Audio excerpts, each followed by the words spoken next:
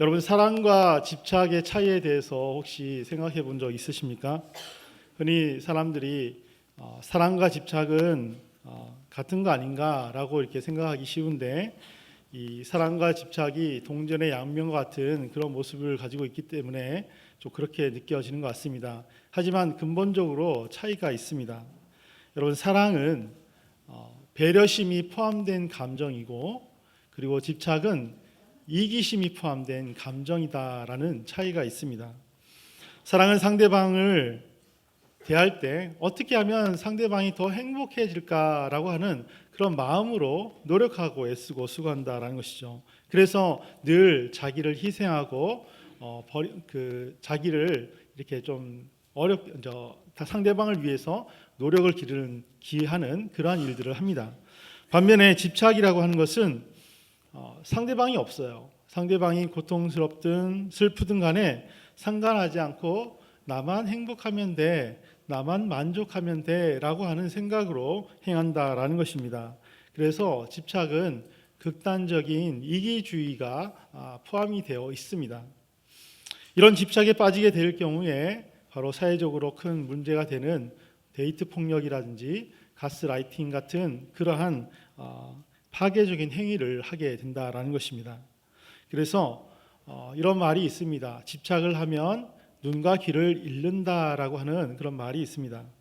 여러분, 집착이라고 하는 것은 어느 하나에 우리의 마음이 쏠려서 계속해서 그것에 매달리기 때문에 그렇다라는 것이죠. 여러분, 예를 한번 들까요? 제가 어떤 것에 대해서 어떤 것이나 어떤 사람에 대해서 집착을 하고 있다라고 한번 가정을 해 보겠습니다. 그럴 경우에 집착하고 있는 그 대상에 대한 생각 때문에 다른 일을 하기 힘들죠. 그 생각이 머릿속에 가득 차다 보니까 다른 것들이 들어오지 않는다라는 것입니다. 그런 상태로 누군가와 대화를 나누게 되면 그 상대방의 말이 귓가에 들리지가 않습니다. 길을 가도 눈에 보이는 것들이 하나도 눈에 들어오지 않게 된다라는 것입니다. 제 생각과 마음이 온통 집착하고 있는 것에 집중하고 있기 때문에 그렇다는 것이죠. 이런 사람은 무엇이든지 집착하고 있는 것 때문에 눈과 귀를 잃을 수밖에 없습니다. 예전에 제가 대학교 시절에 당구를 배운 적이 있습니다. 제가 다닐 때는 좀 당구에 대한 이미지가 상당히 안 좋았거든요. 그러니까 좀 불량한 사람들이 하는 것이라는 그런 이미지가 있었는데, 배울 수 있는 기회도 없었고 접할 수 있는 기회도 없었기 때문에 아는 형이 가자고 이렇게 꼬셔갖고 어느 날 가게 됩니다. 자, 그런데 재미있더라고요. 그래서 당구를 배우는데 여러 가지 기술도 알려주고 막 해서 가서 잠깐 있던 것이 30분 갔던 것이 1시간, 2시간 막 이렇게 늘어나게 되고, 또 한 가지 신기한 체험을 하게 되었는데, 그 대학교 강의를 봤는데 그 강의하시는 교수님이 이렇게 판서를 하고 계시면 그 칠판이 당구대로 보이는 거예요. 그리고 그 하얀 백묵이 막 당구공처럼 왔다 갔다 하고 흘러가고 있고, 이 어디를 치면 어떻게 하겠다 이런 것들이 막 보이기 시작하는 것이죠. 누워 있는데 잠을 잘 때도 천장을 보면 이 천장이 이 당구대로 보이는 것입니다. 이게 심각하구나 이런 생각을 하게 되었는데, 좀 이 집착과는 약간 비유가 적절한지 모르겠습니다만은, 아무튼 여러분, 집착이라고 하는 것들은 하게 되면 우리의 눈과 귀를 잃게 한다라는 것을 우리가 알게 됩니다. 여러분, 또 예를 들까요? 지금 주일 예배에 여러분이 거룩한 모습으로 참석을 했습니다. 다들 딱 지켜보시면 참 열심히 예배 드리시는구나 라고 생각이 되지만, 여러분, 그 사람이 집착하고 있는 것이 있다면, 여러분, 그 집착하고 있는 것 때문에 지금 제가 말하고 있는 이 말씀이 설교가 제대로 들릴까요? 귓가에 한 개도 안 들린다는 것이죠. 집착하고 있는 것 때문에 그 생각하고 있으니까 머릿속에 아무것도 들어오지 않게 되는 것입니다. 지금 눈을 뜨고 앞을 보고 계시지만 여러분의 그 망막 속에는 집착하고 있는 것 때문에 전혀 이 설교 말씀과 관련된 예배의 모습이 담겨지지 않게 된다라는 것입니다. 그래서 무엇이든지 집착하고 있는 그분은 지금 그분의 눈과 귀를 잃어버린 상태라는 것을 우리는 알아야 합니다. 자, 그러면 집착에 대해서, 대상에 대해서 한번 생각을 해보겠습니다. 어떤 사람은 출세에 집착하고, 어떤 사람은 권력에 집착하고, 어떤 사람은 돈에 집착을 할 수도 있습니다. 따라서 언뜻 생각하면 이 집착하는 대상이 바깥에 있구나 라고 생각할 수 있습니다. 여러분, 만약 누군가 권력에 집착하고 있다라고 한번 생각해 보십시오. 권력의 유혹으로부터 일평생 벗어나지 못하는 삶을 사는 사람, 여러분, 그 사람은 무엇에 지금 사로잡혀 있을까요? 권력이라고 하는 것을 최고의 가치, 자기가 인생의 목표로 삼고 있는 바로 자기 자신에게 집착하고 있다라는 것입니다. 출세 같은 경우도 마찬가지죠. 출세를 최고의 가치로 생각하고 있는 사람, 출세를 집착하고 있는 사람 같은 경우에는 여러분, 출세를 절대시하는 그런 자기 자신에게 집착하는 사람이다라는 것입니다. 이처럼 인간은 집착의 대상이 외부에 있다라고 생각하기 쉽지만 막상 보면 이 집착의 대상은 다 언제나 인간 자신에게 있다라는 것입니다.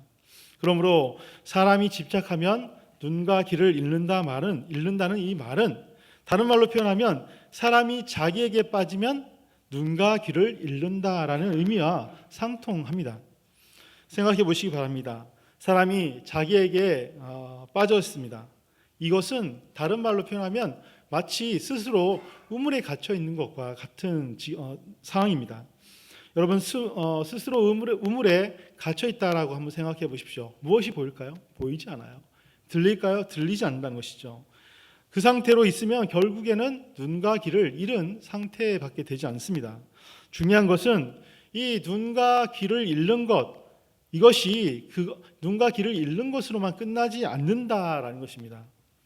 보아야 할 것을 보지 못하고 들어야 될 것을 듣지 못하는 그것은 바로 참된 인생 자체를 잃어버린 그런 모습과 같다라는 것입니다. 따라서 집착으로 눈과 귀를 잃은 사람의 형편은 인생의 모든 것을 잃은 것과 같습니다. 하나님께서 에덴 동산을 창조하시고 아담과 하와를 에덴 동산에 머물게 하셨습니다. 그리고 이 동산에 나는 모든 것들을 다 너가 마음대로 해라. 먹고 싶은 거 다 먹고 행하고 싶은 거 다 해라 라고 얘기를 하시면서 딱 한 가지 조건을 말씀하셨는데, 그럼 그게 뭐죠? 선악과만큼은 먹지 말아라. 선악과를 먹으면 너가 정령 죽으리라 라고 말씀을 하셨습니다.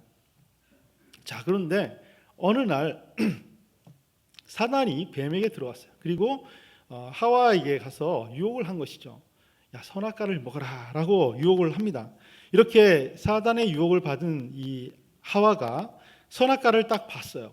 그랬더니 지금까지 봤던 것과는 전혀 딴판의 모습이 보이기 시작한 것입니다. 그 선악과가 너무도 먹음직스럽게 보이는 것이죠. 탐스럽게 보이는 것이죠.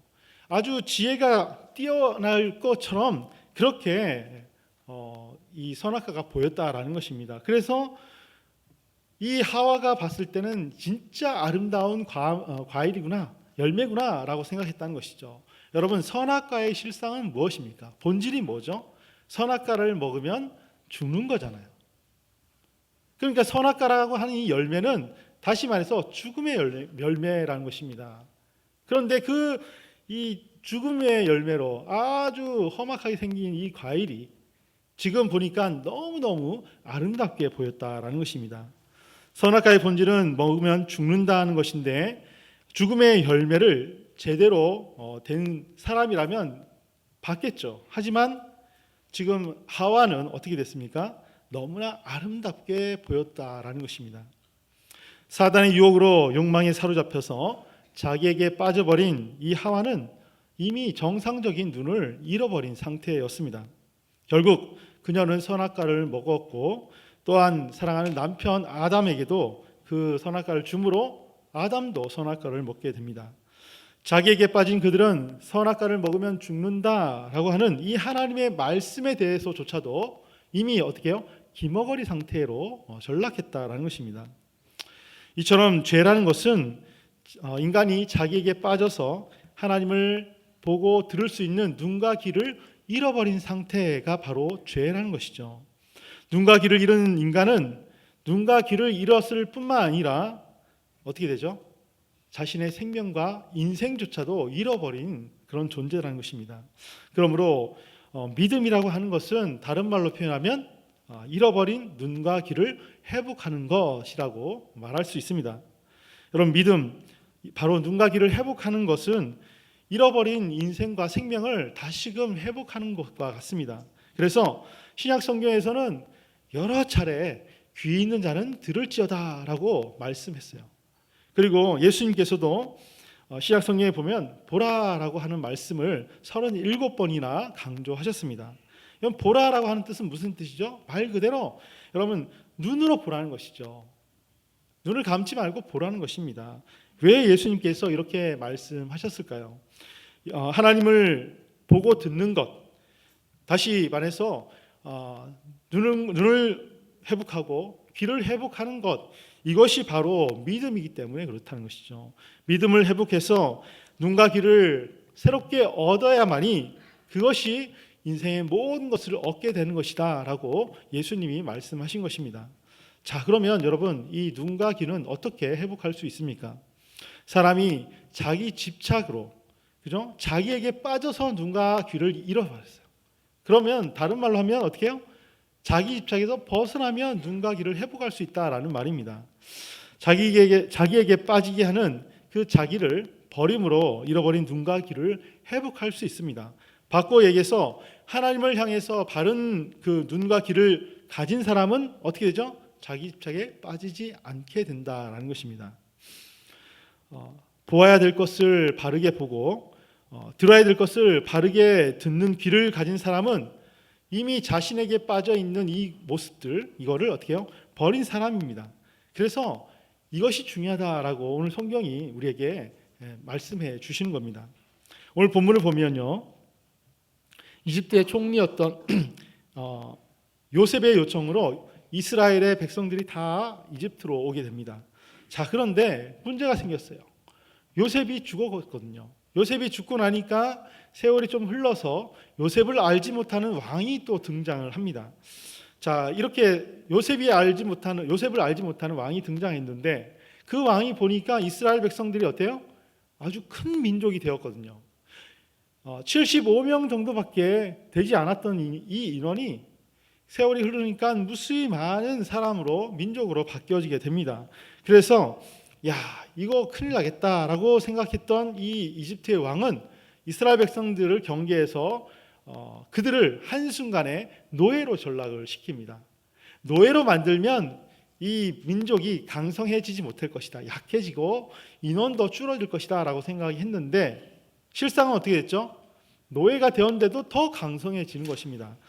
자, 그래서 왕이 다시금 안 되겠다, 더 강하게 해야겠다라고 생각하고는 이제 이스라엘 백성이면 누구든지 아이가 태어나면 남자아이는 무조건 나일강에 버려 죽여라 라고 하는 법을 만들게 됩니다. 여러분, 노예 생활 힘들지 않습니까? 너무나 비참하고 절망스럽고 고통스러운데도 여기에 더해서 자기가 이 배 아파서 낳은 아기를 죽이라고 하니까 여러분 얼마나 힘들었겠습니까? 고통과 절망 이루 말할 수 없었다라는 것입니다. 이런 죽음과도 같은 이 절망 속에서 오늘 본문 성경 20절은 이렇게 시작하고 있습니다. 20절 말씀 같이 한번 읽어보겠습니다. 시작. 그때 모세가 낳는데 하나님 보시기에 아름다운지라 그의 아버지의 집에서 석 달 동안 길리더니. 이스라엘 백성들의 고통이 아주 극심한 그때 누가 태어났죠? 모세라고 하는 인물이 태어났다라는 것입니다. 모세는 어떤 사람이에요? 이스라엘 백성들이 400년 동안 거친 그 노예 생활을 해방시켜서 하나님이 약속하셨던 그 가나안 땅에 가도록 그렇게 하나님으로부터 위대한 지도자가 되는 그러한 인물이 바로 모세다라는 것이죠. 지금 그때 모세가 태어났다라고 하는 이 말은 가장 극심한 고통의 순간에 하나님께서 이 출애굽의 새벽을 밝히는 여명을 보여주셨다라는 것과 같은 의미입니다. 그래서 그들에게 절망과 고통이 가중되었는데 이 절망과 고통 때문에 하나님이 이들을 떠났냐? 하면 떠나지 않았다는 것이죠. 버렸느냐? 버리지 않았다라는 것을 바로 이 모세가 태어남으로 하나님께서 보여주신 것이죠. 그러다면 이제 우리의 관심은 이 모세라고 하는 인물로 쏠리게 됩니다. 그러면 모세가 어떤 과정을 거쳐서 이 출애굽의 위대한 역사를 이루는 지도자로 쓰임 받게 될까요? 20절 말씀에 보니까 이 태어난 아기 모세 아기가 하나님 보시기에 아주 아름다웠다라고 기록하고 있습니다. 그죠? 그때 모세가 낳는데 하나님 보시기에 아름다운지라. 여러분, 아름다운 아기가 아버지의 손에 석 달 동안 길려지게 됩니다. 이것은 일반적인 그런 가정의 양육 환경을 말하는 것이 아니죠. 지금 어떤 상황이죠? 사내 아이가 태어나면 반드시 죽이라고 하는 명령이 떨어져 있어요. 왕의 명령이 있기 때문에 지금 상황은 그냥 조심조심 노심초사하면서 숨겨서 기르고 있는 상황이었다는 것이죠. 사랑하는 아들이 태어났는데 마음껏 자랑하지도 못해요. 공개적으로 돌잔치 이런 거 막 하면서 자랑하지 못합니다. 밤낮 숨기고 길러야 되는 그 부모의 마음이 정말 오죽했겠습니까? 자, 그 아기의 이후는 어떻게 됐을까요? 오늘 본문 21절에 보니까 이렇게 기록하고 있습니다. 21절 말씀 같이 읽겠습니다. 시작. 버려진 후에 바로의 딸이 그를 데려다가 자기 아들로 기르매. 아기가 석 달 동안은 부모의 사랑을 받고 잘 길러졌어요. 그런데 석 달 이후에 문제가 생겼어요. 버려졌다라는 것이죠. 누가 버렸어요? 바로 부모가 버렸다라는 것입니다. 여러분, 출애굽기 2장 3절에 보면 이 모세의 이야기가 기록되고 있는데 부모가 버릴 수밖에 없었던 이유를 설명하고 있어요. 그것은 뭐냐면 이 추상과 같은 이집트의 바로 이 왕의 명령을 어기고 석 달 동안 숨어서 길렀는데 이 아이가 점점 커지다 보니까 어떻게 해요? 우렁찬 목소리 때문에 더 이상 기를 수가 없었다라는 것입니다. 그러니까 현실적으로 불가능해서 이제는 더 이상 기를 수 없다라는 것이죠. 자, 그래서 그 아기의 부모가 어떤 행동을 했을까요? 출애굽기 2장 3절 4절에 보면 그들이 아주 특별한 행동을 합니다. 같이 한번 읽어보겠습니다. 출애굽기 2장 3절 4절입니다. 시작. 더 숨길 수 없게 되매 그를 위하여 갈대 상자를 가져다가 역청과 나무진을 칠하고 아기를 거기 담아 나일강 갈대 사이에 두고 그의 누이가 어떻게 되는지를 알려고 멀리 섰더니, 지금 아기 부모가 뭘 하고 있죠? 웬 상자를 하나 만드는 겁니다. 갈대로 만들었어요. 그리고 그 안에다가 역청과 나무진을 막 발라요. 여러분, 역청과 나무진을 바르면 어떻게 되죠? 방수가 되잖아요. 물이 틈타지 못한다는 것이죠. 다시 말해서 지금 이 아기 부모는 요즘 용어로 방수형 상자를 만든 것입니다. 그리고 그 상자에 아기를 고이 누인 다음에 뚜껑을 덮이고 나일강 갈대 사이에 두었다라고 말씀하고 있습니다. 그리고 어떻게 되는지 그 아기의 누이로 지켜봐라라고 요청을 하죠. 여러분, 이 같은 사실을 통해서 지금 이 부모가 아이를 무책임하게 버렸느냐라고 했을 때 그렇지 않다라는 것을 우리는 알게 됩니다. 지금 이 부모의 입장에서 아이를 살릴 수 있는 최선의 방도가 바로 그것이었다라는 것이죠. 다시 말해서 아기의 부모들이 생각을 했어요. 한번 생각해 보십시오. 여러분, 나일강은 이집트의 가장 큰 강인데 그곳에는 이제 악어도 살고 위에 동물도 많이 삽니다. 그런데 그런 동물이 있는 곳에 그냥 놔두면 어떻게 되죠? 죽잖아요. 그죠? 당연히 100% 죽습니다. 자, 그런데 지금 이 부모가 성경에 보니까 뭐라고 돼 있냐면 이 상자를 갈대 사이에 두었다라는 거예요. 여러분, 갈대 아시죠? 갈대가 막 우거져 있는 곳에 상자를 놔두면 그 상자가 움직이나요? 안 움직이나요? 움직이지 않습니다. 그죠? 그러면 그 갈대 상자를 그곳에 놨다는 것은 뭔가 다른 뜻이 있다라는 것이죠. 자, 여러분, 이 부모는 지금 자신들이 더 이상 이 아기를 지킬 수 없기 때문에 이런 행동을 했는데, 이런 행동을 했던 이유는 뭘까요? 바로 하나님께서 반드시 이 아기를 지켜주실 것이다 라고 하는 아주 강한 믿음을 가졌기 때문입니다.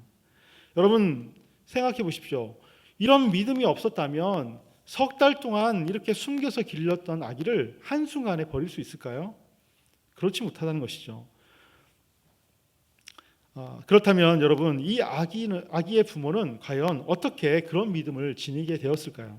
출애굽기 2장 1절 2절에 보니까 이렇게 설명하고 있습니다. 같이 한번 읽어보겠습니다. 시작. 레위 가족 중 한 사람이 가서 레위 여자에게 장가들어 그 여자가 임신하여 아들을 낳으니 그가 잘생긴 것을 보고 석 달 동안 그를 숨겼으나. 오늘 본문에 보니까 아기 부모가 이 바로의 명령을 어기고 아기를 살린 이유가 뭐라고 돼 있어요? 아기가 잘생겼기 때문이다라고 얘기하고 있어요.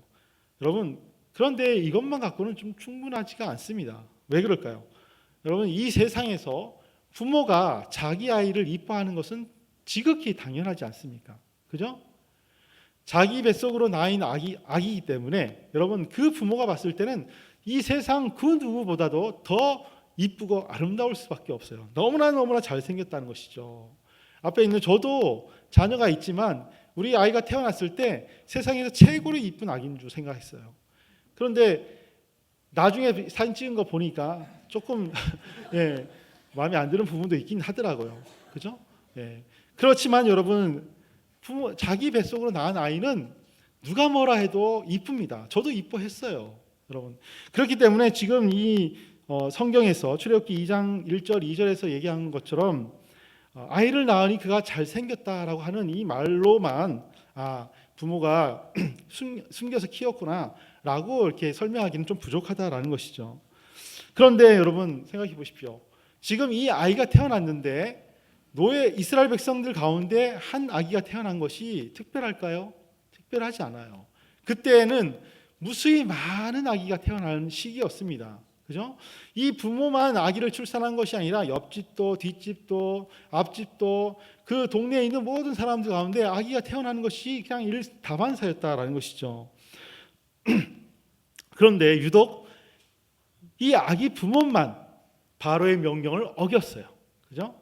유독 이 부모만 바로의 명령을 어기고 아이를 석 달 동안 숨겨서 길렀다라는 것입니다. 그리고 구명상자를 만들어서 그 아이를 어떻게든지 살리려고 했다라는 것이죠.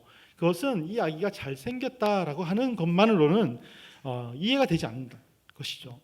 다시 말해서 여기에는 좀 더 다른 깊은 의미가 내포되어 있다라는 것입니다. 오늘 본문 20절을 보면 그 이야기를 그 뜻이 무엇인지 알 수 있어요. 오늘 본문 20절에 뭐라고 되어 있냐면 이 아기를 하나님이 아름답다라고 여겼다는 것이죠. 아름다운 아기구나 라고 여겼다는 것입니다. 여러분 갓 태어난 그 핏덩이 아기를 봤을 때 하나님 보시기에 너무나 마음에 들었어요. 너무나 아름다웠어요. 그죠? 여러분 이게 무슨 뜻일까요? 하나님께서 너무 아름답게 여겼다는 것이죠. 만약에 여러분이 무슨 일을 생각할 때 여러분 여러 사람 중에서 여러분이 마음에 든 사람, 여러분이 보시기에 정말 멋지고 마음에 드는 흡족한 사람에게 여러분이 중요한 일을 맡기겠어요? 아니면 마음에 들지 않고 정말 싫어하는 사람에게 중요한 일을 맡기겠습니까? 여러분 마음에 들고 흡족한 사람에게 여러분이 아주 중요한 일을 맡기지 않겠습니까? 하나님도 마찬가지라는 것이죠. 하나님께서 보시기에 너무나 아름다웠다라는 말은 하나님께서 지금 이 아기를 선택했다라는 말과 같은 의미입니다. 바로 여기에 해답이 있다는 것이죠.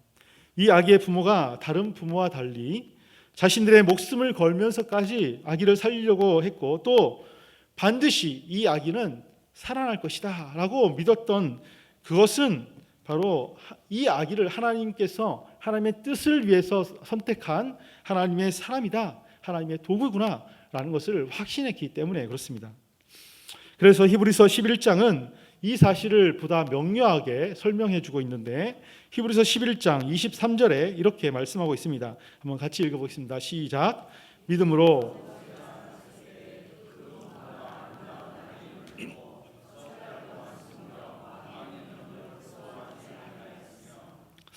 아기의 부모가 이 아기를 숨긴 것은 부모 입장으로 부모의 본능 때문이 아니다라는 것입니다. 이 아기의 부모만 다른 부모와 달리 이 자녀를 목숨 걸고 숨긴 것은 바로 믿음 때문이었다는 것이죠. 믿음, 하나님을 향한 믿음 때문이었다는 것입니다. 여러분, 그러면 이 믿음은 무엇에 대한 믿음일까요? 이 질문에 대한 답이 바로 17절 상반절에 나타나 있는데 뭐라고 했냐면 하나님이 아브라함에게 약속하신 때가 가까우매라고 말씀하고 있습니다. 여러분, 지금 우리가 계속해서 살펴보고 있는 이 사도행전 7장 말씀은 누가 설교한 내용이죠? 스데반 집사가 설교한 내용입니다. 스데반 집사가 설교한 내용의 강조점 뭐냐면 하나님의 약속의 때예요. 하나님의 약속과 약속의 때라는 것이죠.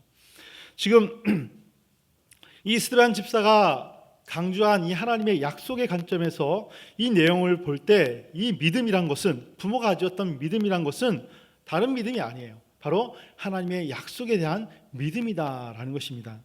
그 약속이 어떤 약속이었습니까? 이스라엘 백성들이 믿음의 조상 아브라함의 후손으로서 장차 큰 민족을 이루게 될 것이고 400년 동안 이집트에서 노예살이를 하다가 하나님의 훈련을 거쳐서 하나님이 약속하신 땅, 가나안 땅에 들어가서 주인이 될 것이다 라는 것이 바로 하나님이 주신 약속이에요.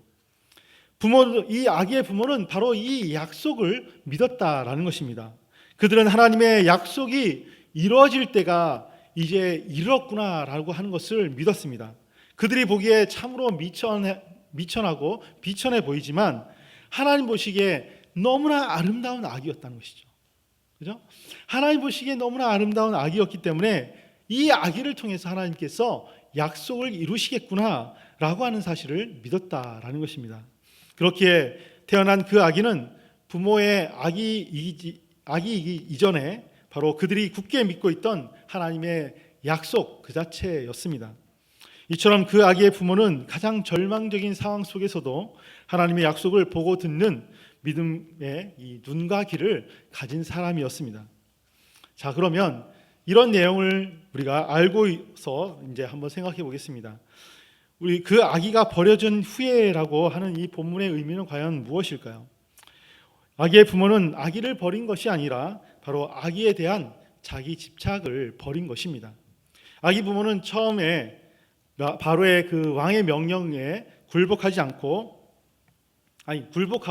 아기를 죽일 수도 있었어요. 그런데 그렇지 않았다는 것이죠. 또 자기들의 방식대로, 자기들의 이 생각과 지혜대로 이 아기를 계속 숨겨서 기를 수도 있었어요.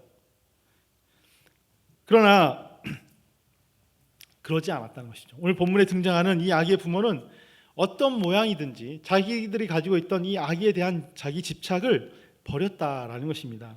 그리고 오직 하나님을 믿는 믿음으로 사랑하는 아기를 하나님의 손에 맡겼습니다. 그랬더니 그 결과가 어떻게 되었죠? 당시 이집트의 공주의 손에 건짐을 받게 되고, 그리고 이 아기는 출애굽의 위대한 지도자로서 필요한 이 제왕 교육, 리더십 교육을 왕궁에서 40년 동안 훈련을 받게 되었다라는 것입니다. 그래서 그 아기는 이름이 어떻게 해요? 물에서 건짐 받았다라고 해서 모세라고 하는 이름이 지어지게 됩니다. 아기의 부모가 아기에 대한 자기 집착을 벗어 던짐으로 이 아기는 비로소 하나님에 의해서 건짐받는 모세가 되었습니다. 만약 이 아기의 부모가 자기의 집착에 빠져서 이 아기를 자기의 집착대로 그렇게 길렀다면 이 아기는 어떻게 됐을까요? 결국 이스라엘의 무수히 많은 노예들의 아기 중에 하나로 전락하고 먼지처럼 그렇게 흩어져서 의미 없이 끝나게 되었을 것입니다. 결과적으로 모세의 부모는 하나님에 대한 믿음과 믿음의 그 눈과 귀를 지니고 있어서 자신들의 인생을 건져 올렸을 뿐만 아니라 바로 아들 모세의 인생도 건졌고, 이 모세를 통해서 이스라엘 백성들의 이 역사까지도 건져 올리는 그런 놀라운 그런 주인공이 되었다라는 것입니다. 자기를 버림으로 바른 눈과 귀를 견지하는 것, 바른 눈과 귀를 지니고 자기를 버리는 것, 이것이 이만큼 중요하다라는 것입니다. 여러분, 바른 눈과 귀를 가지고 자기를 버리는 것과 또 자기를 버림으로 바른 눈과 귀를 지니는 것, 이것을 다른 말로 좀 표현하면 로마서의 12장 1절에 있는 말로 표현할 수가 있습니다. 로마서 12장 1절 같이 한번 읽겠습니다. 시작. 그러므로 형제들아 내가 하나님의 모든 자비하심으로 너희를 권하노니 너희 몸을 하나님이 기뻐하시는 거룩한 산 제물로 드리라. 이는 너희가 드릴 영적 예배니라. 아멘. 지금 로마서 12장 1절에서 우리 몸을 하나님께 산 제물로 드려라 라고 하는 이 말씀이 바로 오늘 우리가 말씀 나눴던 자기 집착에서 벗어나는 것입니다. 우리는 구원할 수 없는 우리 자신에게 스스로 빠지게 하는 우리 자신을 버려야 된다는 것이죠. 그래서 언젠가 형체도 없이 썩어질 우리 육체를 예수님 안에서 영원한 진리의 도구, 영원한 의의 병기로 승화시켜 가는 것, 이것이 바로 거룩한 산 제물이 되는 것이고 하나님께 드릴 영적 예배입니다. 여러분, 그렇기 때문에 나의 몸을 하나님께 거룩한 산 제물로 드리는 것보다 더 자신을 위하는 것은 없어요. 왜요? 죄와 사망의 노예에 불과한 나를 버리고 대신에 하나님의 자녀로 모세처럼 건진받는 것이기 때문에 그렇다라는 것입니다. 따라서 몸을 산 제물로 드리는 이 말씀, 드리라라고 하는 이 말씀, 이것이 바로 저와 여러분들이 평생에 간직해야 되는 삶의 지침서와 같다라고 할 수 있습니다. 여러분, 그런데 이것은 그냥 되는 것이 아니죠. 하나님을 보고 듣는 이 바른 믿음의 눈과 귀를 가지고 있을 때만 이 일이 가능하다라는 것입니다. 이제 말씀을 정리하겠습니다. 여러분, 오늘은 2024년도의 마지막 주일입니다. 지난 1년 동안 우리는 얼마나 하나님 앞에 우리 자신을 드리는 거룩한 산 제물로 살아왔을까 한번 스스로에게 질문을 던져보시기 바랍니다. 만일 우리가 자신을 거룩한 제물로 드리지 못했다면 그것은 자기 자신에게 집착하는 우리 자신을 버리지 못했기 때문에 그렇다는 것이죠. 그래서 우리는 1년을 허망하게 또 버렸다라는 것입니다. 그리고 그렇게 산 이유는 자기 자신에게 집착하느라고 하나님에 대한 이 눈과 귀를 잃어버렸기 때문일 것입니다. 만약 이것이 사실이라면 여러분, 우리가 지금 가지게 되는 감정은 이 쓰디쓴 후회라는 감정이죠. 2024년을 시작한 것이 엊그제 같은데 벌써 마지막 주가 되었어요. 이와 같이 우리들의 인생이 창창한 것처럼 너무나 많은 것처럼 남아있을 거라고 생각하는데 불현듯 우리의 인생의 마지막도 이처럼 찾아오게 된다는 것입니다. 그때 오늘 느꼈던 이 후회감이 그대로 느껴진다면 얼마나 여러분 헛된 인생이 되겠습니까? 오늘처럼 우리가 그렇게 후회하지 않기를 바란다면 우리는 이 시간에 우리 자신에게 빠지게 하는 이 집착을 버려야 되는 것이죠. 그리고 예수 그리스도 안에서 하나님에 대한 믿음과 바른 믿음의 눈과 귀를 회복하는 것이 바로 필요하다라는 것입니다. 바라기는 자신에 대한 집착을 버리고 믿음의 눈과 귀를 회복하는 저와 여러분 되시기를 간절히 축원합니다.